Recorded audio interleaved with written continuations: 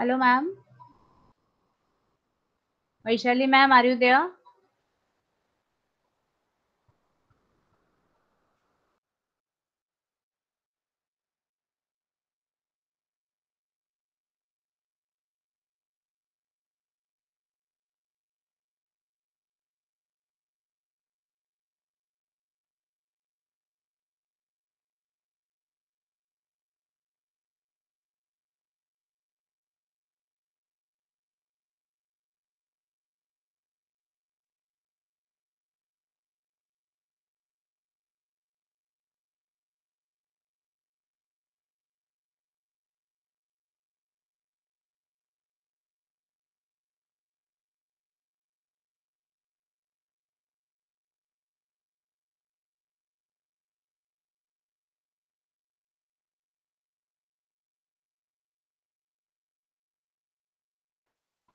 Hello, ma'am. Vaishali, ma'am. Shall I start the lesson? Okay. Okay. Okay.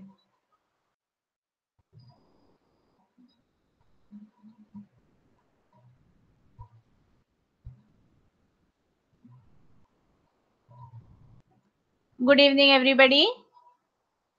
Today we have the lesson of geography, chapter number 6, land use. Am I audible to everyone? Am I audible? मुझे सुनाई आज सबको सुनाई दे रहा है?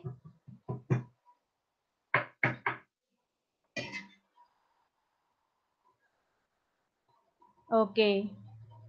Okay. Land use जो topic है इसका अर्थ ये होता है कि भूमि का उपायोजन. भूमीचं उपायोजन म्हणजे भूमी जी आपल्याकडे आहे या भूमी अपने पास जो है the land which is available to us, how do we use that land. All we know that 71% of earth is covered with water. हमें पता है कि 71% भाग जो है पानी का, पाणी से भरा हुआ है. अर्थ का यानी पृथ्वीचा 71% पाण्याने व्यापले आहेत आपल्याला माहिती आहे. आणि जी आहे 29% तेवढंच लँड आपल्याकडे आहे, भूमी आपल्याकडे आहे. तो जो 29% है, 29% है या जे 29% लँड आपल्याकडे आहे त्याचा आपण कशा प्रकारे उपयोग करतो, how do we use it, कसं आपण उपयोग करतो, हा ह्या धड्यात या लेसन मध्ये आपल्याला दिलेले आहेत. Hence it is given how we use that land, what type of land is there and how do we use it. हम उसका इस्तेमाल कैसे करते, उपयोग कैसे करते हैं. So in the beginning a question is given, draw a sketch of your house. On this sketch show the following with proper direction. Kitchen, bathroom, courtyard, living room, bedroom. तुम्ही तुमच्या घराचा एक स्केच काढा, एक घराचं हे बनवा कागदावर, आपके पेपर पे बनाइए और उसमें दिखाइए कि आपका किचन कहाँ पर है, बाथरूम कहाँ पर है. जैसे कि आजकल जब बिल्डिंग बनाते हैं तो आर्किटेक्ट अपने को एक देते हैं, या घर बनाते हैं तो आर्किटेक्ट बताता है कि किचन कहाँ होगा, बाथरूम कहाँ होगा, bedroom kahan hoga. That is, after the sketch is ready, have a discussion. Why do we need to fix a place for everything in the house? What would happen if there would be no fixed places?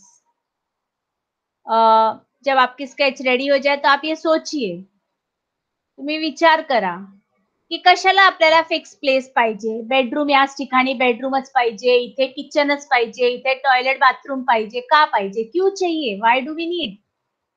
And what would happen if there are no fixed places? अगर ऐसा नहीं हुआ, जर असं नसेल तर काय होणार आहे. एक्सप्लेनेशन दिलेले आहेत खाली. You may have realized that there is fixed place for everything. If this is not done, the house appears disorganized. There will be difficulties while moving around the house. Even if these arrangements are changed, there will be confusion for a few days. The land available in your house is used for different purpose. अब दिया आहे, इथे दिलेले आहेत की प्रत्येक गोष्ट एका fix प्लेसवर असते का. जर नसेल तर आपल्याला खूप त्रास होईल, अपने को डिफिकल्टी होगी, तकलीफ होगी. क्या तकलीफ होगी कि कहीं पर किचन वहीं रखा हुआ है, वहीं बगल में बाथरूम है, तो आप कैसे जाओगे किचन में, खाना बनाओगे कैसे वहीं. जैसे अक्सर होता है घर शहरों में तो होता है छोटे छोटे घरों में, बट स्टिल तो जब हम घर बनाते हैं तो हम हर चीज एक जगह पे रखते हैं की बाथरूम यहाँ होना चाहिए, किचन से दूर होना चाहिए, बेडरूम और आगे होना चाहिए, इथे बेडरूम पाहिजे, इथे नाहीतर सगळं कसं तरी दिसेलच, अव्यवस्थित दिसणार आणि मग घरामध्ये फिरताना हिंडताना आपल्याला ते त्रास होईल. आणि जर अरेंजमेंट चेंज झाली, म्हणजे ये जो हम जैसे व्यवस्था करते हैं और कहीं बदल गया, तो कंफ्यूजन रहता है कुछ दिनों तक. आप सब जानते हो कि हम जब घर बदलते हैं, जो लोग रेंट के रूम पे रहते हैं, भाड़े के रूम पे रहते हैं, हर 11 महीने में उनको घर बदलना होता है. तो एक घर पे 11 महीने रहने के बाद फिर वहां से 11 महीने बाद दूसरी जगह चले जाते. I am sorry. तो जब घर बदलते हैं तो तकलीफ होती है की नई जगह, नए लोग, नवीन जागा असते, नवीन लोक असतात. मग कन्फ्युजन असतं आपल्याला, गोंधळून जातो आपण. इथे जायचं, कुठे जायचं, दुकान कुठे शोधायची. कारण तिथे आपल्याला ओळखीचे कोणीच नसतात. म्हणून जी जागा आपण घरासाठी वापरतो, ते वेगवेगळ्या कारणांनी वापरतो. तो जो हम जगह घर के लिए यूज करते हैं, वो अलग-अलग चीजों के लिए यूज करते हैं. अब यहाँ पर एक एक्टिविटी आपको दिया है. Commercial, residential, open ground, entertainment, industry, transport, agriculture, institute, mixed land. Prepare board with these names. Let the students stand in a circle holding this board. तो ये एक एक्टिविटी जैसे ये 6-7 दिया है. कमर्शियल, कमर्शियल यानी व्यवसायिक जिसे कहते हैं. रेसिडेंशियल, निवासी क्षेत्र. ओपन ग्राउंड, खुली जगह. एंटरटेनमेंट, एंटरटेनमेंट यानी मनोरंजन के लिए, तर मनोरंजनासाठी जे असतात. इंडस्ट्री, इंडस्ट्री म्हणजे उद्योग, उद्योग के लिए. ट्रान्सपोर्ट, ट्रान्सपोर्ट म्हणजे वाहतूक. फिर एग्रीकल्चर, एग्रीकल्चर यानी कृषी ज्याला म्हणतो आपण. शेती मराठीमध्ये, हिंदी में कृषी कहते हैं. इन्स्टिट्यूट, इन्स्टिट्यूट म्हणजे संस्था, शाळा आहे, हॉस्पिटल्स आहे, स्कूल है, हॉस्पिटल है, ये इन्स्टिट्यूट हो गए. और मिक्स्ड लँड, मिक्स्ड यानी मिश्र ज्याला म्हणतो, ते वेगवेगळ्या उपयोगासाठी वापरण्यात आलं नाही. म्हणजे अशी जी हे आहे, जी बोर्ड बनवायची. Now prepare check with the following names and put them in the box. Shop, garden, bank, utensils. म्हणजे हा कृती आपल्याला करायची आहे. ते शॉप कुठे, गार्डन कुठे, कशात येणार, बँक कोणत्या जागी येणार आहे, फॅक्टरी कुठे येणार, शाळा कोणत्या याच्यात, बंगलो कुठे, residential building, mall, hockey field, cinema house, hospital, bus stop, port, airport, swimming pool, badminton court and reserve forest. Each student will pick up one sheet and as per the land use category will stand close to the person holding the respective board. Now, हा एक कृती दिलेला आहे. ही कृती आपल्याला शाळेत जेव्हा आपण जाऊ तेव्हा करू. आता आता समजून घ्यायचं. आपको यहाँ तक समझ में आई है? चैट बॉक्स में डालिएगा जरा. Everyone put in the chat box. Okay. Any doubt? Nobody. Okay. Now, after this activity, why did you select the particular board? Explain how will you use this chosen land? Co-relate our needs with the land use. म्हणजे ये जो कृती दी गई आहे, कृती झाल्यावर आपल्याला विचार करायचे. आता बघू इथे काय दिलेलं आहे, लँड यूज ची एक्सप्लेनेशन. म्हणजे भौगोलिक स्पष्टीकरण जी दिलेली आहे ती का दिलेली आहे, काय दिलेली आहे बघू. Land use is the way or purpose for which land in a region is used. Interaction between geographical factors and man have resulted in land use. Now what is land use? भूमि उपायोजन या भूमि का उपयोग जो बोलते हो क्या है? उस क्षेत्र में उसका क्या उपयोग किया हमने, त्याला उपायोजन म्हणतो. त्या क्षेत्रामध्ये त्या भूमीचा आपण काय उपयोग केला, घर बांधलं. समजा एखादी छोटीशी तुमच्या गावात असतील जागा, आपके गांव में है, घर है, दादा दादी नाना नानी रहते वहां पर, उनके पास एक जगह है, काफी बड़ी जगह है, कुछ खेत के लिए यूज होता है, वहां पर घर बांधे हुए हैं. असा आपण विचार करतो. एखादा जागा आपल्याकडे आहे गावात, तुमचे आजी आजोबा असतील, त्याने त्या शेतीमध्ये वापरलेला आहे, काही ठिकाणी ते घर बांधलेले असतील, म्हणजे भरपूर यूज झाली त्याची. Land use undergoes changes with time. As man's need have increased, the use of land for different purposes also increased. Mineral rich land is used for mining and fertile plains are used for agriculture. Now land use. Land use have undergone a change. जसं जसं जनसंख्या लोकसंख्या वाढत गेली तशी तशी ही जी land use आहे हे जे भूमीचे उपयोजन आहे ते वाढत गेलेलं आहे. जैसे जैसे अपनी गरजा वाढली मैन्स नीड हैज इंक्रीज जैसे जैसे हमारी जरूरतें बढ़ती गई तो इस भूमि का उपयोजन भी अलग अलग होता गया. जशी जशी आपली गरजा वाढत गेली तशी तशी आपण हे भूमीचा उपयोग वेगवेगळ्या कारणासाठी करू लागलो. Mineral rich land is use for mining. ज्या क्षेत्रामध्ये खनिज जास्त आहे तिथे खाणकाम होतात. मतलब जहां पर खनिज बहुत है वहां पर खनिज का ये करते हैं. Fertile plains are use for agriculture. आणि जी सपाट जमीन आहे सुपीक आहे तिथे आपण कृषी कार्य शेती कार्य करतो. जो एकदम अच्छी नदी के किनारे वाली भूमि है अच्छे जिसे हम अच्छी भूमि कहेंगे जहां पर हम खेती कर सकते हैं तो ऐसे जगहों को हम खेती के लिए यूज करते हैं.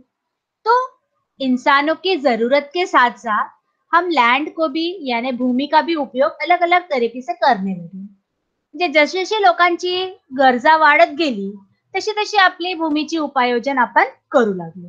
आता आता बघू वेगवेगळ्या प्रकारची लँड आणि ते आपण कशा यूज करतो.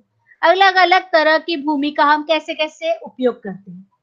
तो इनमें पहला है रूरल लैंड यूज. रूरल म्हणजे ग्रामीण भूमि उपयोजन यानी ग्रामीण क्षेत्र में आप जानते हो गांव में. In rural areas agriculture is the main occupation.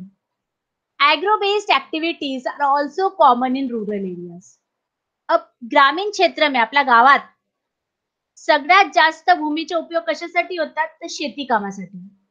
जो सबसे गांव में अधिक हम भूमि का जो उपयोग करते हैं वो खेती के लिए करते हैं. End agro based industries. Agro based industries activities यानी जो शेती पूरक जी एक्टिविटी आहे व्यवसाय आहे ते होतात. यानी खेती से जुड़ा हुआ जो भी एक्टिविटीज होती है जैसे मान लीजिए चावल का खूब खेती होता है तो चावल से जुड़े हुए जो आपके उद्योग होंगे वो चलेगा. या गन्ने का अगर बहुत खेती होगा तो बहुत सारे आपको शुगर फॅक्टरीज मिलेंगे. जिथे ऊसाची शेती जास्त असतात आपल्या महाराष्ट्रात आहे कोल्हापूर रिजन ऊसासाठी खूप जास्त आहे. मग तिथे बारामती वगैरे तिथे आपल्या शुगर फॅक्टरीज आहेत साखरेची कारखाने आहेत. म्हणजे जिथे ज्या प्रमाणात आपण शेतीचा उपयोग करतो जी पिकं जिथे होतात तिथे जे ऍग्रो बेस्ड शेतीपूरक जी एक्टिविटीज आहे व्यवसाय आहे ते चालतात. यानी जहां पर जिस प्रकार के फसल उगाई जाती है उसकी पूरक जो उद्योग होता है वो चलता है. जैसे मैंने आपसे कहा जहां पर बहुत ज्यादा गन्ना होता है तो गन्ने के आसपास आपको एग्रो बेस्ड में क्या मिलेगा शक्कर के कारखाने शक्कर से गुड़ बनता है. मतलब जो भी चीज गन्ने से बनती है वो होगी. Isn't it? This influenced the location of rural settlements. Hence, the settlements are located too close to the agricultural field and forest areas. आणि याच्यातून काय होतात की ग्रामीण वस्तींचा ना स्थानावर परिणाम होतो. आता जिथे शेतीचं काम जास्त असेल तिथे ग्रामीण वस्ती असणार आहे. जहां पर खेती का काम होगा पर ग्रामीण लोग जाते रहेंगे और वो वहीं पर रहना पसंद करेंगे की खेत मेरा नजदीक आहे शेती माझ्या जवळ आहे. मग इथून आपण दूर कशाला जायचं लांब कशाला राहायला जायचं. म्हणजे जेवढी त्याला जवळ वाटेल तेवढी ती तिथे राहायचा प्रयत्न करेल. हम भी जानते आप भी जानते हो सगळ्यांना माहिती आहे की जरी शेती खूप मोठे मोठे असलं आणि जर लोक दूर राहत असतील तरी ते शेतीमध्ये एखादा घर असतो माणूस तिथे केअरटेकर म्हणून राहतात. बहुत सारे लोग ऐसे करते कि बहुत बड़ा खेत है तो पूरे परिवार अगर उस खेत में नहीं रह सकते तो वो घर बना के रखते हैं कि एक कोई केयरटेकर रहेगा या हम वहां पर रहेंगे हफ्ते में एक दिन हम गांव से घर आएंगे. इस तरह के उपयोग भी होता है. The settlement of miners are close to mining areas while fishermen settlements are near the seashore. अब जहां पर माइनिंग एक्टिविटी होती है खनिज काम होता है तो लोग वहीं आसपास ही रहते. खनिज जे खाणकाम जिथे असतात तिकडचे लोक त्याच्या जवळ खाणकामाच्या जवळच राहतात. isn't it? लँड फिशरमॅन जे मासेमारी करतात ते आपल्याला समुद्राच्या किनारापट्टीवरच राहतात. जिन्हों मच्छी पकड़ने का व्यवसाय करते, मछली पकड़ने का व्यवसाय करते, तो वो आपको कहाँ मिलेंगे? समुद्र के किनारे, नदी किनारे, ऐसे जगहों पर. So the settlements also affect the occupation. In rural areas, the availability of land is more and population is less. Hence, population is scarce. गांव की बात अगर करें हम, तो वहां पर भूमि अधिक है और जनसंख्या कम. गावात आपण जर बघितलं, रुरल एरियाज मध्ये जर आपण बघितलं, तिथे भूमी जास्त आहे आणि पॉप्युलेशन कमी आहे, लोकसंख्या कमी आहे. In rural areas, extent of residential area is less. Land use in rural areas can be classified in following manner. तो गाव क्षेत्र में, गावात कसं आहे, रेसिडेन्शियल एरिया खूप कमी आहे, लोकवस्ती कमी आहेत, म्हणून तिथे लोकांची लोकसंख्या पण कमी आहे आणि वस्ती पण कमी आहे, मग घर पण कमी असणार, असे असतात. यानी गाव में घर भी कम होते हैं, लोक संख्या भी कम होती है, तो अपन मानव बस्ती भी बहुत कम है. आज समजलं असेल तर चॅट बॉक्स मध्ये टाका, डिफिकल्टी असेल तर विचारा. चैट बॉक्स में डालिए आपको कुछ प्रॉब्लम है तो. समझ में आया सबको? एवरीवन? किसी को कोई डाउट नहीं है? Okay, thank you. Now we will see how the land use in rural areas are classified. यानी जी शेतीचं जमीन आहेत ते त्याचं वर्गीकरण ग्रामीण भागात कसं होतं. यानी ग्रामीण भाग में गांव जो भूमि अपने को मिलती है उसका वर्गीकरण कैसे होता है, ये यहाँ पर दिया है. The first is arable land. आप मेरे स्क्रीन पर देख सकते हो एरेबल. एरेबल म्हणजे शेती जमीन, मराठीमध्ये शेती जमीन म्हणतात और हिंदी में हम कहते हैं कृषि योग्य भूमि, यानी जो भूमि को हम कृषि काम में लगा सके, that is called arable land. म्हणजे ज्या भूमीला आपण शेतीसाठी वापरतो त्या भूमीला आपण एरेबल लँड असे म्हणतो. This is the land under cultivation. Normally this land is under individual ownership. It can be classified as per the ownership of land and types of agriculture. I'm sorry. This land is under cultivation. Normally this land is under individual ownership. ही शेतीसाठी वापरले जातात. आपल्याला माहिती, आपण म्हणतो माझ्याकडे 2 acre जमीन आहे, त्याच्याकडे 10 एकर जमीन आहे, म्हणजे इंडिव्हिज्युअल ओनरशिप आहे, स्वमालकीची ज्याला आपण म्हणतो. यानी वो खुद के होते हैं, खुद के मालिकाना हक पर होता है कि मेरे पास 2 एकड़, देखो मेरी जमीन है 2 एकड़ या 10 एकड़ जमीन वो मेरी खुद की है. मतलब आपके घर में तुमच्या घरी आजी आजोबा किंवा काका, तुम्हारे दादा दादी नाना नानी बोलते होंगे ये हमारी जमीन है, या कभी थी, अगर आप नहीं है तो कभी वो कहते होंगे कि कभी थी हमारी. तो स्व यानी खुद का मालिकाना हक जो होता है, इंडिव्हिज्युअल ओनरशिप, त्याला आपण स्वमालिकीची म्हणतात. Second is fallow land. Fallow land म्हणजे पडीक जमीन. तर पडीक म्हणजे काय? पडीक यानी कि इस भूमि को हम यूज करते थे खेती के लिए, लेकिन अब जो है 2 साल से इसका यूज नहीं हो रहा है. म्हणजे ह्याला आपण शेतीसाठी वापरायचो पण आता त्याला वापरत नाहीये. This is agriculture land which is temporarily not in use. In order to improve the fertility of the soil, farmer does not use a part of his agricultural land for 1 or 2 seasons. कभी कभी क्या होता है, आजकल हम जानते हैं, आता आपल्याला माहिती आहे की आपण खूप पिकांचा हे करतो, हाइब्रिड सीड्स वगैरह वापरतो, केमिकल फर्टिलाइजर्स हम यूज करते हैं, उसका उपयोग करते हैं खेती के लिए.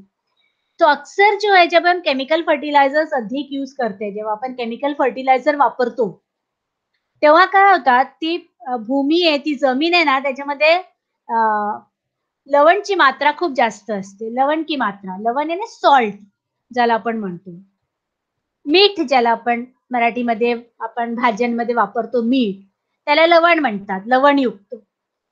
मग खूप केमिकल फर्टिलायझर्स वापरल्याने त्या शेतीमध्ये काही होण्याची शक्यता नसते. मतलब हम केमिकल फर्टिलाइजर को बहुत अधिक मात्रा में यूज करते हैं, तो जमीन की जो उर्वरता कम हो जाती है।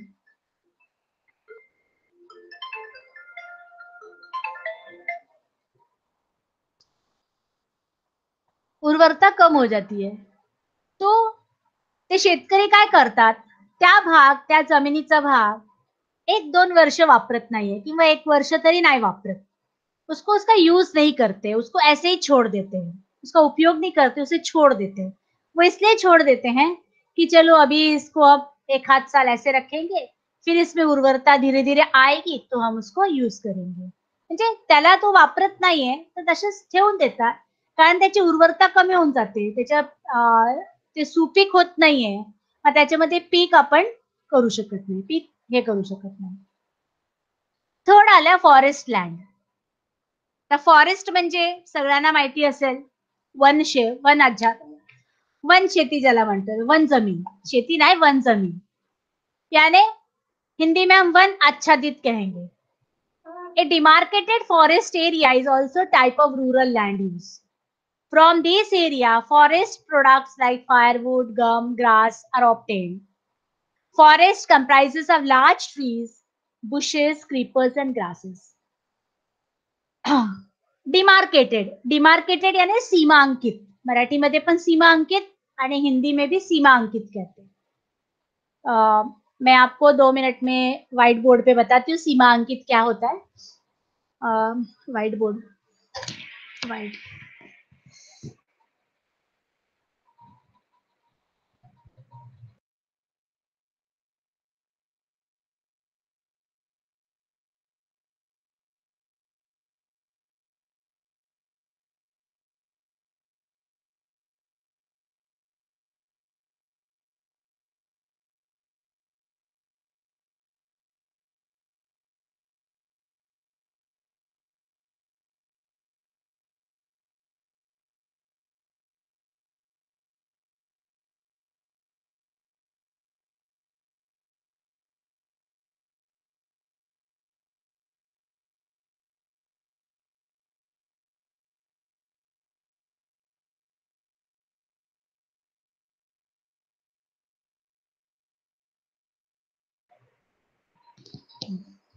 अभी आपको सीमांकित यानी कि हम जानते हैं कि ऐसा एक जमीन है और इसको हमने ये अंकित कर दिया, त्याला आपण सीमांकित म्हणतो. म्हणजे हा जो क्षेत्र आहे हा वन जमीन आहे.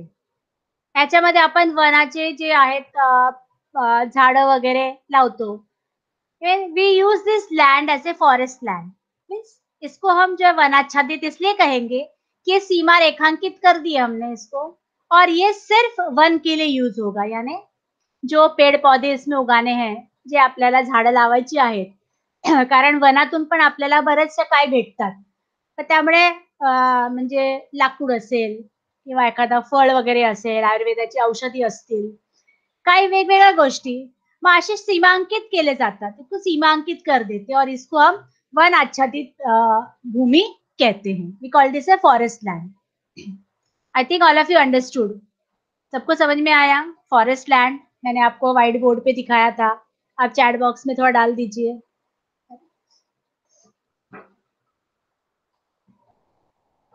Yes, okay.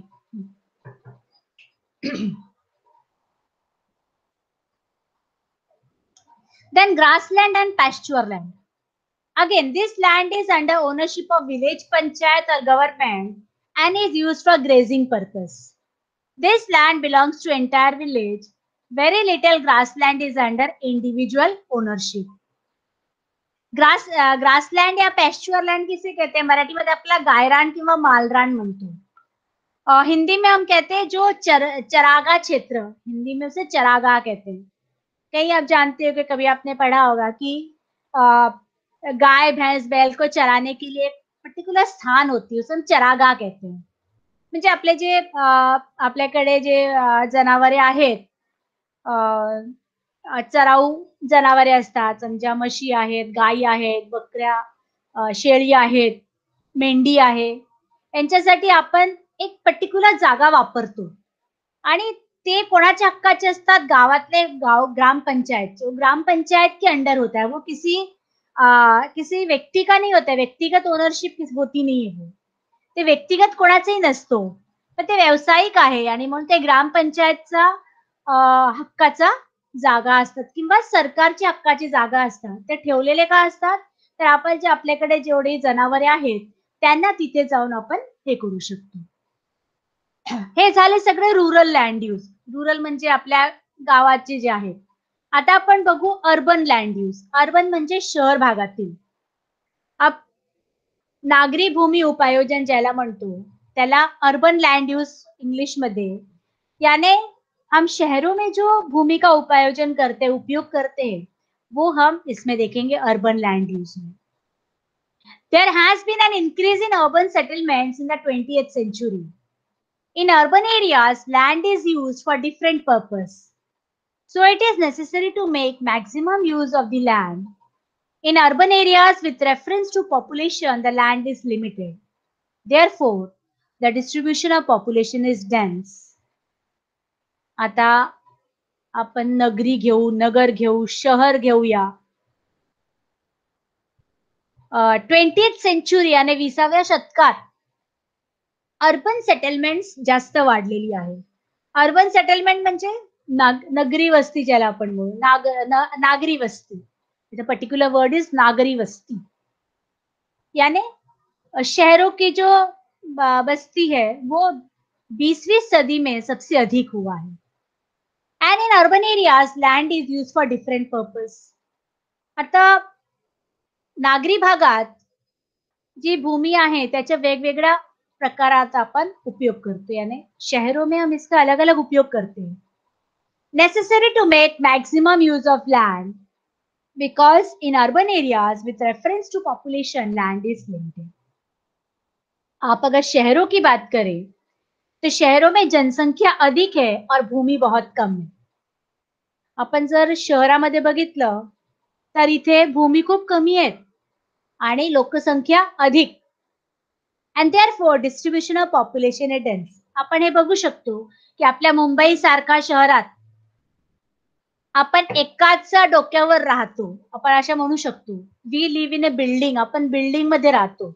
First floor, second floor, 32 माळा, 34 माळा, 80 माळापर्यंत आपल्याकडे बिल्डिंग्स आहेत मुंबईमध्ये.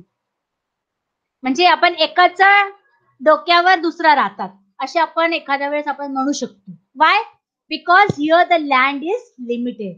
इथे एक्सपान्शन साठी जागाच नाही, विस्तारित होऊ शकत नाही जागा, म्हणून आपण बिल्डिंग्स बनवतो. बिल्डिंग्स मध्ये लोक राहतात. गावात तसं नाहीये. गाव में ऐसी नहीं है. गाव में बिल्डिंग्स आपको बहुत कम दिखेंगे. अभी जहां पर शहर है वहां पर हो सकता है. गांव मतलब जो जिला हो गया, शहर हो गया, वहां पर आपको बिल्डिंग दिखेंगे. लेकिन आप एकदम अगर गाव चले जाओ, तुम्ही एकदम जर गावात गेले तर तिथे अजून शहरीकरण झालेली नाहीये. तिथे तुम्हाला बिल्डिंग अजिबात दिसणार नाही. का? तर शहरामध्ये लँड आपल्याकडे खूप लिमिटेड आहे, जागा खूप कमी आहे आणि म्हणून लोकसंख्येचे जे वितरण आहे इथे खूप जास्त दाट आहे. यहाँ पर जनसंख्या घनी है. आप मुंबई ले लो. आप जहाँ रहते हो मुंबई में, तो आप अपने गाव और मुंबई दोनों का डिफरन्स देख सकते हो. तुम्ही मुंबई आणि तुमच्या गावावरचे म्हणजे डिफरन्स आहे ते तुम्ही बघू शकता की तिथे लोकसंख्या किती कमी आहे आणि इथे लोकसंख्या किती जास्त आहे, दाट आहे. आता आपण अर्बन लैंड यूज कसं कसं वापरतो आपण बघू शकतो. कशा प्रकारे? किस तरह से हम शहरों में जो लैंड का उपयोग करते हैं वो हम देखेंगे. शायद आपको यहाँ तक सबको समझ में आ गया है. आप थोड़ा चैट बॉक्स में डाल सकते हैं. कुछ पूछना हो तो बताइएगा. तुम्ही विचारा काय असेल, तुम्हाला विचारायचं असेल तर.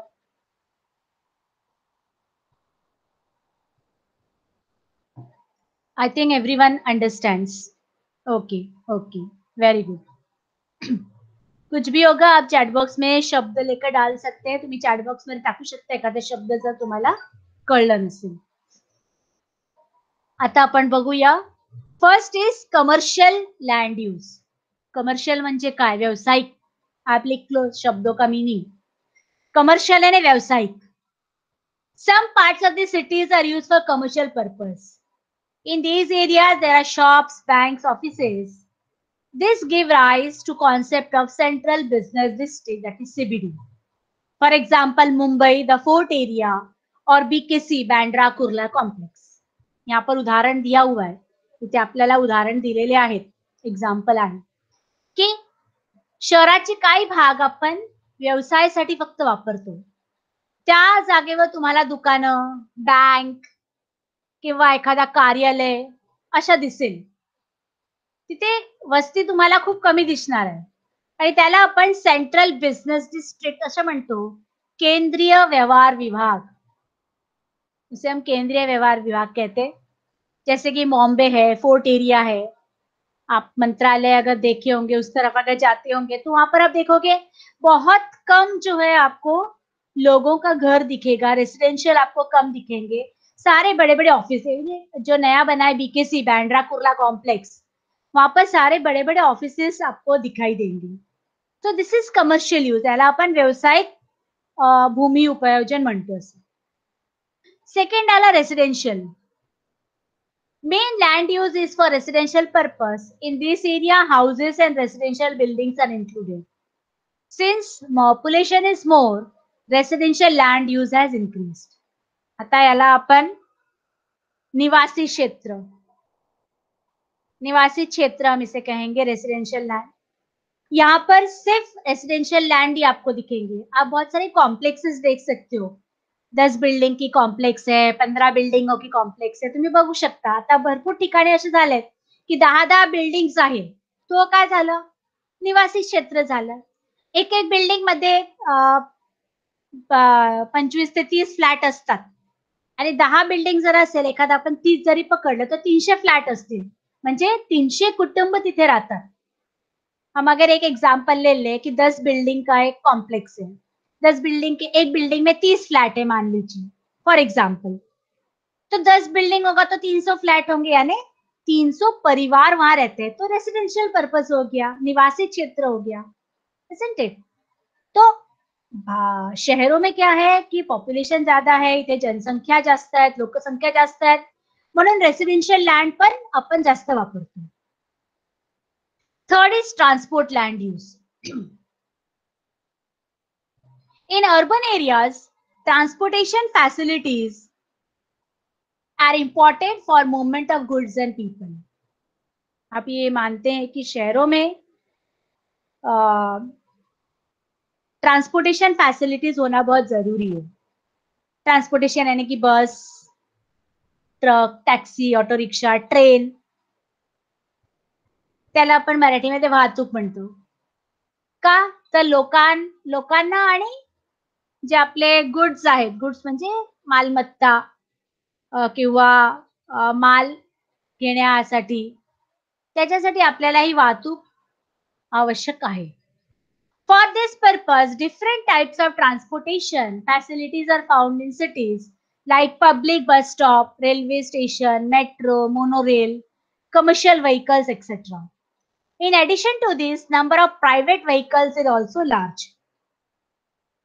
आता याच्यासाठी वेगवेगळ्या वाहतुकीचे प्रकार आपल्याला दिसतात. विविध वाहतुकीचे प्रकार आपल्याला दिसतात. का तर सार्वजनिक बस सेवा, रेल्वे, मेट्रो, मोनोरेल आणि व्यावसायिक आपल्याला जी आहे हे सगळं आपल्याला दिसतात. कमर्शियल व्हीकल्स, ट्रक म्हणा, टेम्पो म्हणा. तो शहरों में आपको इस तरह के दिखेंगे. पब्लिक बस स्टॉप है, रेलवे लाइन है, मेट्रो है. In addition to this private vehicles भी दिखेंगे. प्रायव्हेट व्हेइकल्स म्हणजे खासगी वाहतूक ज्याला म्हणतो. यानी कि लोग अपने अपने कार होते हैं, सबके पास 2 व्हीलर है, 4 व्हीलर है. आजकल सबसे पहला इंसान यही सोचता है कि मेरा घर बहुत दूर है स्टेशन से, तो मैं एक बाईक ही खरीद लूं ताकि स्टेशन जाने में मुझे आसान हो जाए. असे लोक विचार करतात की माझं घर स्टेशन पासून दूर आहे, तर एक बाईक असलं तर मी लवकर सकाळी ट्रेन पकडण्यासाठी जाऊ शकतो. त्यामुळे प्रायव्हेट व्हेइकल्स पण खासगी वाहतूक ज्याला म्हणतो ते पण आहे. Hence in cities, roads, railway lines, station, petrol pump, transport depot and vehicle repair centers occupy larger areas. These are included in transport land use. यासाठी शहरात रस्ते, लोहमार्ग, स्टेशन, पेट्रोल पंप, वाहनतळ, दुरुस्ती केंद्र हे जास्त प्रमाणात आपल्याला दिसतात. यानी शहरों में हमें रास्ते दिखेंगे, आपको रेलवे लाइन दिखेगी, स्टेशन दिखेगा, पेट्रोल पंप दिखेंगे, फिर वहाँ जहाँ पर बस वगैरह जाके खड़ी होती है, डिपो वो दिखाई देगा। यहाँ तक कि व्हीकल रिपेयरिंग सेंटर यानी दुरुस्ती केंद्र जो बोलते हैं हमको, ठीक करने के लिए बाइक रिपेयर सेंटर है, कार रिपेयर सेंटर है, ये भी आपको दिखाई देंगे. तो इसे हम ट्रान्सपोर्ट लँड यूजमध्ये लेंगे. वाहतूक सुविधांचं क्षेत्र मराठीमध्ये म्हणतात. यानी जो ट्रांसपोर्ट के लिए यूज होता है इसके लिए हम उपयोग कर सकते हैं. Next is public utility area. Now what is public utility? Public utility यानी सार्वजनिक सेवांचे क्षेत्र यानी सार्वजनिक यूज हो सके. अब सार्वजनिक क्या यूज होता है? For various needs of population services are provided by local bodies, state government, central government. The area come under this service, for example, hospital, post office, police station, police ground, school, college, universities. तो ये भी बहुत शहरों में जरूरी होती है. Public service area याने जो लोगों के काम आ सके, जे लोकांच्या कामासाठी वापरले जातो. कशा असतात? आपले महानगरपालिका आहे, स्वराज्य संस्था ज्याला म्हणतो, किंवा स्टेट गवर्नमेंट है, राज्य शासन है, सेंट्रल गवर्नमेंट है, केंद्र शासन है. तो इनके लिए भी भूमि यूज होती है. आप जानते हो पार्लियामेंट है हमारा, लोकसभा, राज्यसभा, या मंत्रालय, राज्य में मंत्रालय होता है वो है. इसके अतिरिक्त hospital, post office, police station, school, college, universities ये सारी जो है पब्लिक यूटिलिटी सर्व्हिसेस है. यानी तो लोगों की सेवाओं के लिए लोकांच्या सेवेसाठी आहे. हा जो एरिया आहे त्याला पब्लिक युटिलिटी एरिया आपण असे म्हणतात. These services diffuse the tension caused due to burgeoning population. अब इसके कारण क्या होतं? याच्या कारणाने काय होतं की जी लोकसंख्या ते जी वाढत्या लोकसंख्या आहे त्याची तणाव कमी होते, ताण कमी होतात. म्हणजे जर आपल्याला समजा शोधायची असेल शाळा, तर आपल्या जवळपासच्या कुठेतरी शाळा असणार है. घर के आसपास आपके स्कूल होंगे. आपके पेरेंट्स चाहते होंगे कि मेरा बेटा, मेरा बेटी इस स्कूल में पढ़े. तो उनको पता है कि यहाँ स्कूल्स है, तो हम वहाँ जा सकते हैं. हमें पता है कि पोस्ट ऑफिस ऐसे जगह पर है, तो हम पोस्ट ऑफिस नहीं तो हम ढूंढते रह जाएंगे, हमें पता ही नहीं चलेगा. And therefore this kind of area has been created. म्हणजे नाहीतर आपण शोधत बसणार, अरे हॉस्पिटल कुठे आहे, पोस्ट ऑफिस कुठे आहे, शाळा कुठे आहे, कॉलेज कुठे आहे. मग ते लोकांना ते टेन्शन येईल. मग त्या टेन्शनपेक्षा एक पर्टिक्युलर क्षेत्र दिलेले आहेत, तिथे ही सगळं सुविधा आहे उपलब्ध. आपण जाऊन त्याचा वापर करू शकतो. I think I am clear up to here everyone. मुझे लगता है मैंने यहाँ तक सबको एक्सप्लेन किया है और आप मुझे बता सकते हैं कि आपको अगर कुछ डिफिकल्टी हो तो. नोबडी? सबके समझ में आ गया? Everyone? No doubt. Okay. The next is recreational land use. Now what is recreation? मनोरंजन. You can write down. आप लिख सकते हो. रिक्रिएशन का अर्थ होता है मनोरंजन. रिक्रिएशनचा अर्थ म्हणजे मनोरंजन ज्याला म्हणतो आपण. आता तुम्ही म्हणाल मनोरंजनासाठी पण स्पेशल जागा असते का? तर असतात. आपण जातो फिल्म बघायला थिएटर मध्ये. आता तर सगळं हे झालेले आहेत. हम लोग थिएटर में जाते हैं पिक्चर देखने के लिए, या किसी गार्डन पार्क में जाते हैं, स्विमिंग पूल में जाते हैं, मॉल जाते हैं घूमने के लिए. शॉपिंग भी हो जाती है और घूमना भी हो जाता है. आपण मॉलमध्ये पण जातो. आता सध्या भारतामध्ये ही फॅशन पण आलेली आहे मॉलमध्ये जाण्याची. तिथे आपल्या मनोरंजन पण होतात, तिथे खायला प्यायला आपल्याला काय असतो ते आपण, आणि शॉपिंग पण करतो आणि फिरतो पण. This particular place is called recreational land. मनोरंजनासाठी वापरण्यात आलेली जागा. मनोरंजन के लिए जिस भूमि का हम उपयोग करते हैं उसे रिक्रिएशनल लैंड कहते हैं. यानी कि जो हमारे मनोरंजन के लिए, क्योंकि देखिए हम आप सुबह से पढ़ाई कर रहे हैं, आपके पापा मम्मी दिन भर घर में काम करते हैं, तो एक संडे के दिन हमें छुट्टी मिलता है तो लोग घूमने निकलते हैं की चलो आज एक फिल्म देख कर आए, आता आपण आज फिल्म बघून येऊ, किंवा कुठेतरी एखाद्या रिसॉर्ट मध्ये जाऊन चांगल्या गार्डन मध्ये जाऊन फिरून येऊ. म्हणजे त्याच्यासाठी आपण जातो, कारण 9 to 5 किंवा दिवसभर आपण कामातच असतो आणि ते एक दिवस जो संडेचा दिवस आपल्याला फ्री भेटतात तेव्हा आपण म्हणतो की आपण काहीतरी कुठेतरी जायचं, म्हणजे मनोरंजन के लिए हम कहीं तो भी जा सकते हैं. तो ऐसी जगह को हम रिक्रिएशनल लैंड यूज कहते हैं. End finally mixed land. In some areas we find all these uses together. Such areas are said to have mixed land use, residential area and entertainment area.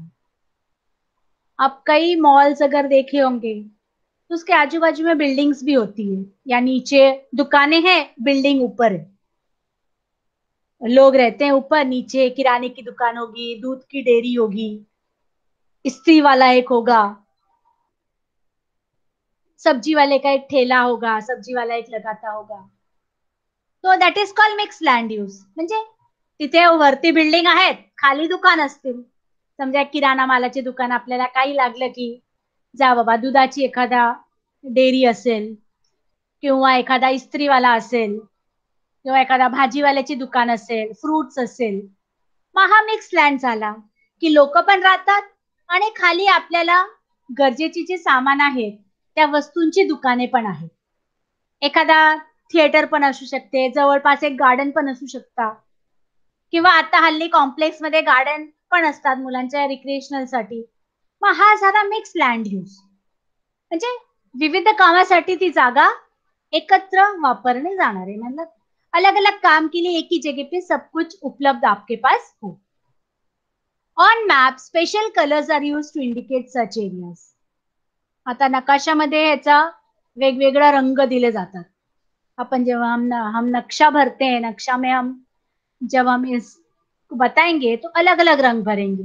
जैसे रेड इज फॉर रेसिडेंशियल, लाल रंग जो है वो मानव बस्ती दिखाने के लिए, लोगों के रहने के लिए.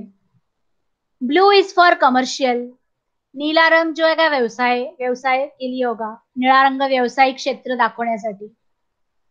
Yellow colour that is for agriculture, पिवळा रंग असेल तर ते शेतीसाठी, आणि पीला रंग जो है वो खेती का दिखाएंगे.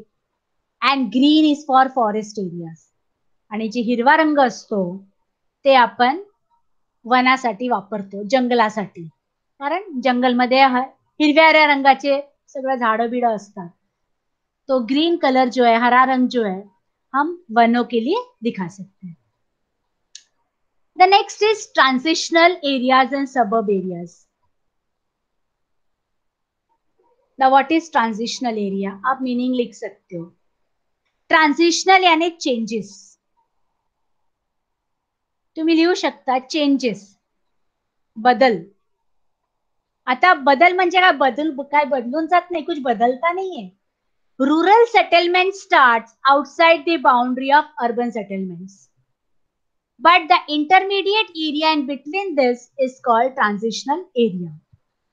मराठीमध्ये आपण याला संक्रमण प्रदेश आणि सबब म्हणजे उपनगरे. हिंदी में भी हम इसे संक्रमण प्रदेश या उपनगर कह सकते हैं. यानी कि जहां पर अर्बन सेटलमेंट खत्म होती है और उसके आगे जो है रूरल सेटलमेंट शुरू होता है. म्हणजे ज्या जागेवर नागरी वस्ती संपतात त्याच्या सीमा क्षेत्राच्या बाहेर जेव्हा ग्रामीण वस्ती सुरू होतो त्याला आपण ट्रान्झिशनल एरिया म्हणतो. त्या एरियाचा मधल्या भाग, एखादा 2 राज्याच्या बॉर्डर आपण घेऊ शकतो, महाराष्ट्र आणि कर्नाटक. महाराष्ट्र आणि कर्नाटकाची बॉर्डर जी आहे जिथे संपते, महाराष्ट्र संपते आणि कर्नाटकात सुरू होतात. फॉर एग्जाम्पल हम महाराष्ट्र और कर्नाटक ले सकते हैं. तो महाराष्ट्र जहां पर खत्म होती है और कर्नाटक का राज्य शुरू होता है, तो वो जो दुआब क्षेत्र होता है, वो जो ती जे क्षेत्र असतात त्याला आपण ट्रान्झिशनल एरिया असे म्हणतो. थोड्या वेळाने मी तुम्हाला याच्यामध्ये व्हाईट बोर्ड मध्ये दाखवते. In this area, there is a blend of rural and urban land use. In this area, land use of mixed nature in this zone, cultural activities are also a mixed type. Over time, this area is converted into urban areas and these regions become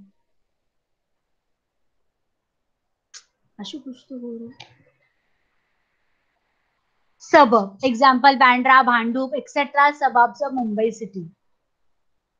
Now let us come to this. Ashu, screen ये हो रहा है, जा ही नहीं रहा ऊपर नीचे. अरे स्क्रीन स्क्रीन नहीं, नीचे ला.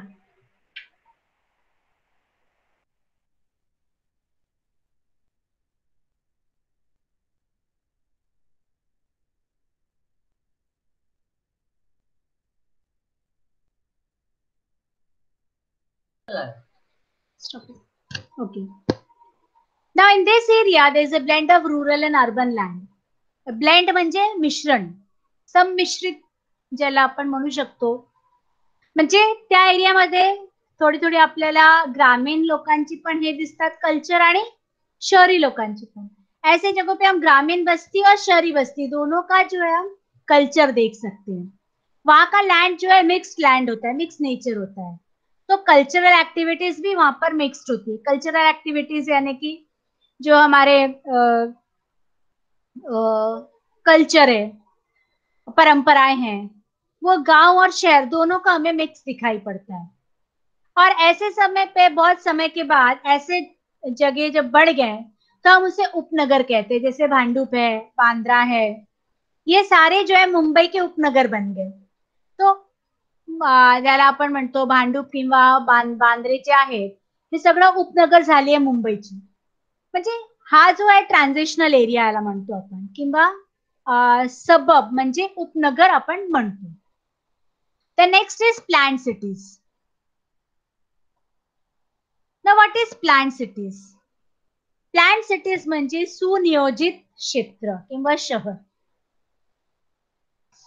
हिंदी में हम सुनियोजित कहेंगे, मराठी मध्ये आपण नियोजित किंवा सुनियोजित आपण म्हणतो. इंग्लिश मध्ये आपण प्लॅन्ड सिटीज अशा म्हणू शकतो. After industrial revolution, urbanization occurred on a large scale throughout the world.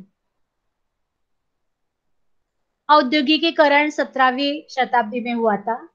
17व्या शतकात यानी 17th सेंचुरी मध्ये औद्योगिकीकरण झाले. तो औद्योगिक क्रांती झाल्यानंतर अर्बनायझेशन खूप मोठ्या प्रमाणात वाढली पूर्ण जगामध्ये. यानी कि जैसे औद्योगिकरण हुआ, उद्योग धंधे बढ़े, तो नगरी बस्ती जिसे हम कहेंगे वो अधिक मात्रा में बढ़ गई थी. Since this urbanization was not well planned, cities began to grow in haphazard manner.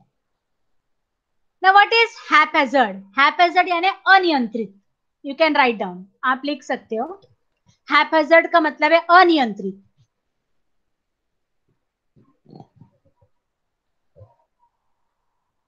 तो जब शहरीकरण हुआ, जेव्हा शहरीकरण झाली, नगरी वस्ती वाढली, मग ते प्लॅन नव्हतं, ती सुनियोजित नव्हती.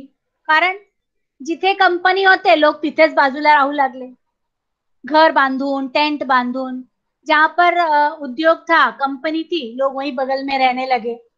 तो वो शहर हम ऐसे नहीं शहर कह सकते कि प्लांट सिटीज है. Because of employment opportunities, there is a large scale of migration to cities occurred.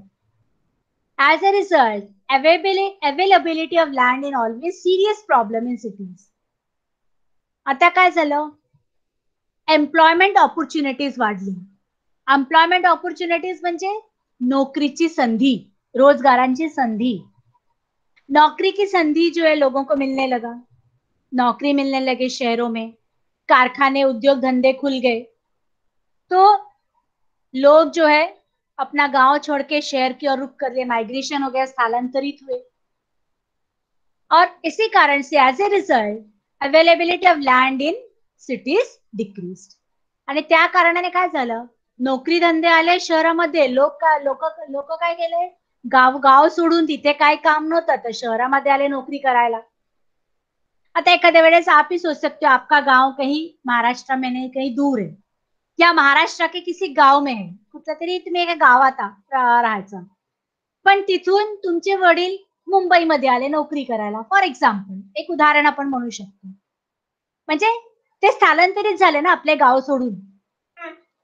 अगर कोई दूसरे राज्य से आया, कोई गुजरात से आया, कोई राजस्थान से अगर आया है, कोई उत्तर प्रदेश से आया है, कोई पश्चिम बंगाल से आया है, या कोई कर्नाटक से आया है, या आंध्र प्रदेश से, तो यानी वो अपना वहां का राज्य छोड़ के वो मुंबई आ गया नौकरी करने के लिए, तो स्थलांतरित हुआ.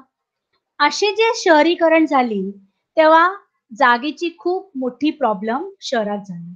जब ऐसे लोग आने लगे, जो लोगों का स्थानांतर हुआ वहां से, लोग नौकरी धंधे के लिए शहरों की ओर रुख किया, तो शहरों में जो है लैंड यानी भूमि का बहुत ज्यादा कमी होने लगी. A lot of diversity is visible in land use in cities. Limited land, various land uses, burgeoning cities resulted in thought of having planned cities for future. अब diversity we can see in land use. Diversity म्हणजे विविधता. शहरामध्ये आपण वाचलं आता urban land use मध्ये की कुठेतरी व्यावसायिक क्षेत्र आहे, कुठे किधर व्यावसायिक क्षेत्र आहे, कहीं पर जो पब्लिक युटिलिटी आहे, सर्वांच्या सेवेसाठी जागा आहे, तर कुठे मनोरंजनासाठी जागा आहे. म्हणजे हे झाले विविध लँड यूज, वेगवेगळ्या प्रकारची लँड यूज. आणि हा डायव्हर्सिटी, हा विविधता आपल्याला शहरात दिसतात. आणि त्याचे हे वाढल्यामुळे मग हे विचार आला गवर्नमेंटचं की आपल्याला आता प्लान सिटीज हवा है. तो इस तरह की जब अधिक लैंड यूज होने लगा, इस तरह के भूमि का उपयोग होने लगा, तो सरकार के ध्यान में आया कि ऐसे अगर लोग रहने लगेंगे तो कोई सुविधा उन्हें मिल ही नहीं सकता. लोक जर असे कसंही राहू लागले तर त्यांना कुठल्या प्रकारची सुविधा आपण देऊ शकणार नाही. समजा पाणी असेल, लाईट असेल, अजून काय ती सुविधा आहे, मनोरंजनाची सुविधा आहे, ते आपण देऊ शकणार नाही. मग त्यांनी ठरवलं की आता आपल्याला सुनियोजित प्रकारचे शहर केलाच पाहिजे फॉर फ्युचर. भविष्य काळात असं आपण सुनियोजित शहर मांडला पाहिजे. Even before a city grows, its land use is predetermined and a plan layout is prepared. तर त्यांनी असा विचार का केला की शहर उत्पत्तीचा पूर्वीच त्या शहराची भूमीचा उपयोग कसा राहील या बाबतची नियोजित आराखडा तयार होतो. यानी अब हम जानते हैं कि एक इधर 4 कंपनी खुल गई है, ऑफिसेस खुल गए, एक एरिया आप मान लीजिए. अब जब कहीं ऑफिसेस खुल गया है तो लोग आएंगे नौकरी करने के लिए, दूर से आएंगे. अब रोज लोगों को अगर दूर पड़ेगा तो सोचेंगे यार यही बाजू में रह लेता हूं ना, इतना दूर खर्चा कौन करेगा आने का. असं त्यांनी जर विचार केला, मग ते काय करतील, ते कंपनीच्या आजूबाजूला जागा शोधतील. आता सरकारला माहितीये की आता लोक इथे कंपनी झाल्या की लोक येतील, मग त्याची ते आधीच आराखडा तयार करतो की आता इथे आपण व्यवस्थितपणे लोकांच्या राहण्यासाठी आपण काहीतरी करू. तो गवर्नमेंट भी ये सोचती है कि चलो अभी लोग यहाँ पर अगर आने लगेंगे तो कहीं भगदड़ ना मच जाए, तो चलो लोग आएंगे तो इनके लिए एक सिटी ऐसा तैयार किया जाए कि लोग यहाँ पर आएंगे, नौकरी भी करेंगे और रहेंगे भी, उनको सारी सुख सुविधाएं मिलेगी. आणि अशा प्रकारे Singapore, Seoul, Zurich, Washington DC, Brasilia, Chandigarh, Bhubaneswar etcetera all example of plan cities. आणि म्हणून जगात जेव्हा असे झाले तेव्हा सिंगापूर तुम्ही बघाल एक सुनियोजित शहर आहे. साऊथ कोरियाच्या सियोल ती राजधानी पण आहे. स्वित्झर्लंडच्या ज्युरिच, युएसएच्या वॉशिंग्टन डीसी, ब्राझीलच्या राजधानी ब्रासिलिया आणि चंदीगड आणि भुवनेश्वर भारतात. All these are the example of plan cities. हे सगळं उदाहरण जे आहेत हे नियोजित शहरांचे उदाहरण आहेत. ये सारे जो है सुनियोजित शहर के उदाहरण है. शायद आपको यहां तक समझ में आ गया सबको. Put in the chat box anything anyone want to know. किसी को कुछ जानना है चैट बॉक्स में डालिए.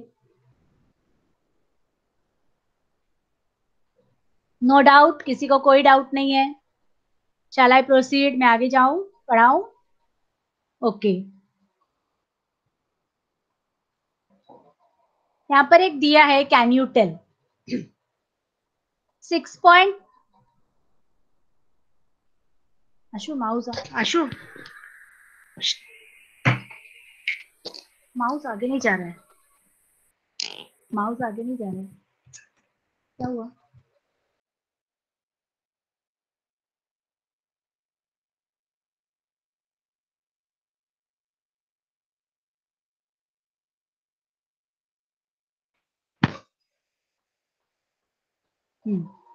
Here A pie chart is given. इथे एक पाई चार्ट दिलेले आहे 6.1. लँड यूज इन जपान आणि इंडिया टक्केवारीमध्ये. म्हणजे जपान आणि भारतात आपण कशा कशा प्रकारची भूमीचा उपयोग करतो. यानी जापान और भारत दो ऐसे देश दिए गए हैं कि हम इधर भूमि का उपयोग कैसे करते हैं. आप इधर देख सकते हो, land use in Japan 2011 end land use in India 2011. 2011 में ये किया हुआ कि 19 है, 111.7 है, 0.8 है, 68.5. अभी हमने रंगों के बारे, आपण रंगाच्या बाबतीत विचार केला होता की आपण मॅप मध्ये नकाशामध्ये रंग कसे कसे दाखवणार. हिरवा रंग होता याचा वनाचा, जंगलाचा. आपण बघू शकतो that green is for forest, हरे रंग जो है वन के लिए है. जापान में 68.5% फॉरेस्ट एरिया है और उसके तुलना में भारत में सिर्फ 23.1. यानी हमारे इधर फॉरेस्ट लैंड बहुत कम है, वन प्रदेश आपल्याकडे खूप कमी आहे. एग्रीकल्चर लँड आपल्याकडे येल्लो मध्ये आहे 52.8%. जापान मध्ये 11.7 आहे. यानी जापान में 11.7% ही खेती के लिए यूज होता है, शेतीसाठी वापरतात. आणि आपण 52%, जवळजवळ 53% भूमी जी आहे शेतीसाठी वापरतो. परमनंट एग्रीकल्चर त्यांच्याकडे 0.8%, आपल्याकडे 4.2 आहे. परमनंट पॅस्च्युअर त्यांच्याकडे नाहीच आहे. गायरांसाठी त्यांच्याकडे काहीच जागा नाहीये उपलब्ध जनावरांसाठी, पण आपल्याकडे 3.5% आहे, ती जागा आपण ठेवलेली आहे. आणि अदर्स 16.4. आता ही अदर्स जी आहे ती कमर्शियल यूज वगैरे त्याच्यासाठी असेल. आपल्याकडे 16.4 आहे, त्यांच्याकडे 19% आहे. मग ह्या तुलनेने आपण बघू शकतो की जपान आणि भारतामध्ये किती डिफरन्स आहे. आपल्याकडे जी जागा उपलब्ध आहे ते पण पॉप्युलेशन, तिथे पण जनसंख्या जास्त आहे आणि आपल्याकडे तर आहेतच. But the forest land difference is very vast over here. आप देख सकते हो. Question, in which country the land under forest is more? We can say Japan. And which country land in agriculture is more? That is India. म्हणजे वनासाठी, जंगलासाठी जागा सगळ्यात अधिक कुठे आहे ते जपानमध्ये, आणि ऍग्रीकल्चर साठी कुठे आहे भारतामध्ये. Considering the two questions above, how will you relate the physiography of climate of India and Japan with their respective land use? आता वरील दोन प्रश्नांचे जर संदर्भ आपण घेतली, विचार केला, तर भारत आणि जपान याच्यामध्ये प्राकृतिक रचना व हवामान यांच्याशी भूमि उपयोजनाशी काय संबंध है? अगर हम इन दोनों प्रश्नों को देखें तो भारत और जापान, इनके क्लाइमेट और फिजियोग्राफी यानी प्राकृतिक रचना और क्लाइमेट यानी मौसम, तो ये दोनों में हमें क्या अंतर दिखेगा, हम कैसे उसका ये करेंगे कि हम भूमि का उपायोजन कैसे करते हैं इसमें. Correlate the land use and development. भूमि उपायोजन व क्षेत्रीय विकास याची सहसंबंध आपल्याला शोधायची आहे. यानी डेवलपमेंट यानी वहां का विकास और भूमि का उपयोग, इसमें संबंध क्या है. Which land use is found in Japan. मग जापान मध्ये कोणत्या प्रकारचे भूमी जास्त आढळतात आपल्याला, कौन सा भूमि हमें से ज्यादा मिलता है वहां पे. Considering land use in both the countries, make a list of factors affecting land use.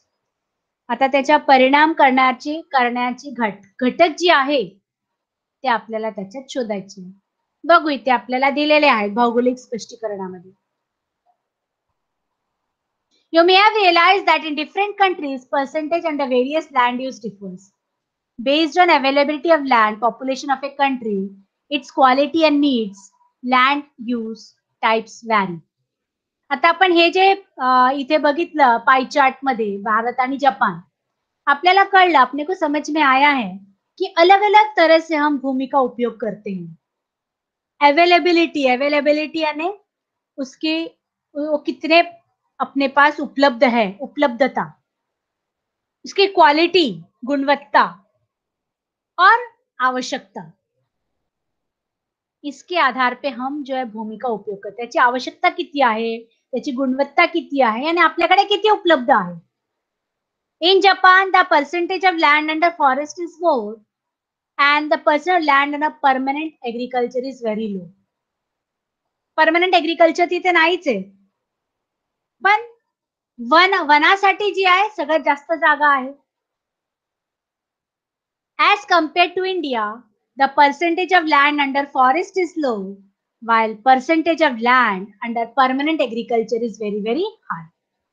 पण जर भारत आपण बघितलं तर भारतात ऍग्रिकल्चरसाठी जास्त जागा आपण वापरतो, यानी खेती केली आहे, शेतीसाठी आपण जास्त जागा वापरतो आणि आपल्याला फॉरेस्टसाठी आणि वनासाठी जागा खूप कमी आहे. So I think I am clear up to here. किसी को कुछ पूछना हो तो बताए हमें. Put in the chat box, everyone. Vaishali ma'am, are you there? Vaishali ma'am.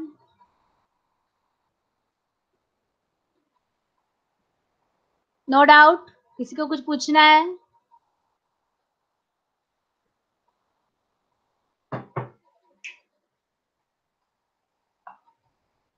हाँ, just a minute. I have to ask Vaishali ma'am whether to leave the class. Vaishali ma'am, are you there?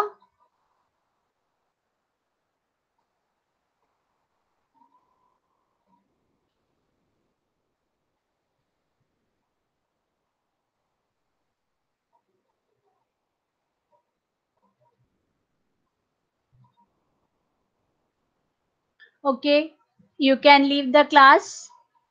If any doubt is there, you can ask me. If you want to put in the chat box anything, you can ask. Okay, you want me to explain the last part of the planned cities. Just within 2 minutes, I will explain that. Planned cities.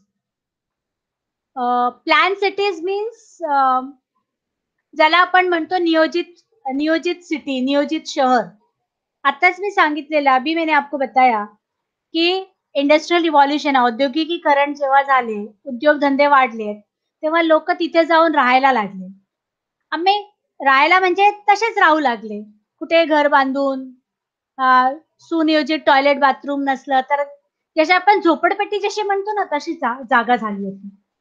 म्हणजे city वाढली पण त्याला नियोजन नव्हतं, कारण लोकांची employment वाढलं तर लोक शहरातून स्थलांतरित झाले आणि त्याच्यामुळे शहरामध्ये जागेची अभाव होऊ लागले, म्हणजे स्केर्सिटी ज्याला म्हणतो, यानी शहरों की अभाव होने लगी और इस तरह से लोग जो है कहीं भी घर बना के रहने लगे. और यही कारण हुआ कि तब सरकार को ध्यान में आया, गव्हर्नमेंटला वाटलं की आता असे जर शहर झाले खूप घाण दिसेल शहर, नियोजन नाही त्याच्यात काही, कुठेही लोक राहतात, कुठेही ते कचरा टाकणं, हे करणं म्हणजे घाण करणं असं झालं. त्यासाठी त्यांनी प्लान सिटीजच्या हे आखलं, आराखडा आखला की आता जर एखादा उद्योगधंदा इथे सुरू झाला, काही सुरू हो गया, तो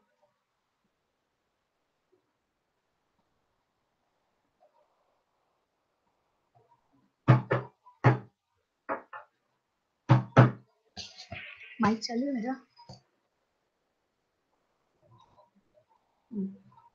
स्क्रीन पे स्क्रीन. तो उद्योग धंधा का शुरू हो गया तो उसके पहले ही हम शहरों का ये करें. तो इस तरह से सिंगापुर, सियोल, ज्यूरिच, मतलब these are the cities of the world. हे जगातले शहर आहेत. कई कई जगह का जो शहर है, सियोल साउथ कोरिया का है, ज्यूरिच है स्विट्जरलैंड में, Washington DC USA, Brasilia Brazil, या चंडीगढ़ भुवनेश्वर भारत के, these are all plan cities.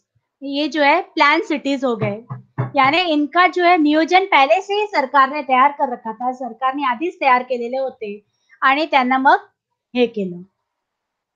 I think I stop. Shall I stop here? Understood? Nandini. Nandini, are you there? समझ में आया? Okay. You can leave the class. Okay? Bye everyone. Good night.